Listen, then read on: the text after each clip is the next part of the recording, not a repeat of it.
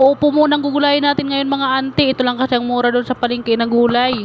Binalatan ko na nga yan kanina mga auntie at ngayon naman hiwa-hiwain ko na nga yan ng maliliit. Tatanggalin ko yung nasa gitna mga auntie, yung mga buto na yan. Matigas kasi yan siya kaya hindi siya pwede may halo ata sa gulay.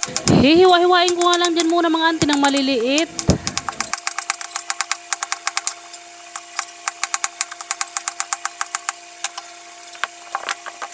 Maghihiwa na rin ako mga antikils ng sibuyas nga at saka bawang. Gigisa ko nga muna yan mga ante bago ko nga siya gataan yung ating upo.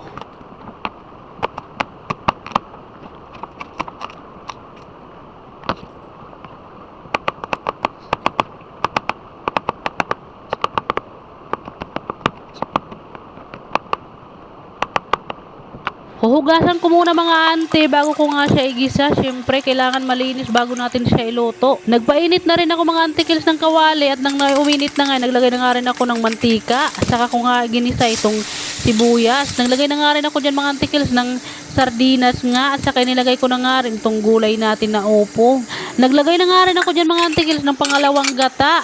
At pinakuluan ko nga muna yan hanggang sa lumambot at nang lumambot na nga mga ante, nilagay ko na nga rin itong unang gata. Maglalagay na rin ako dyan mga antikils ng asin nga at saka magic sarap.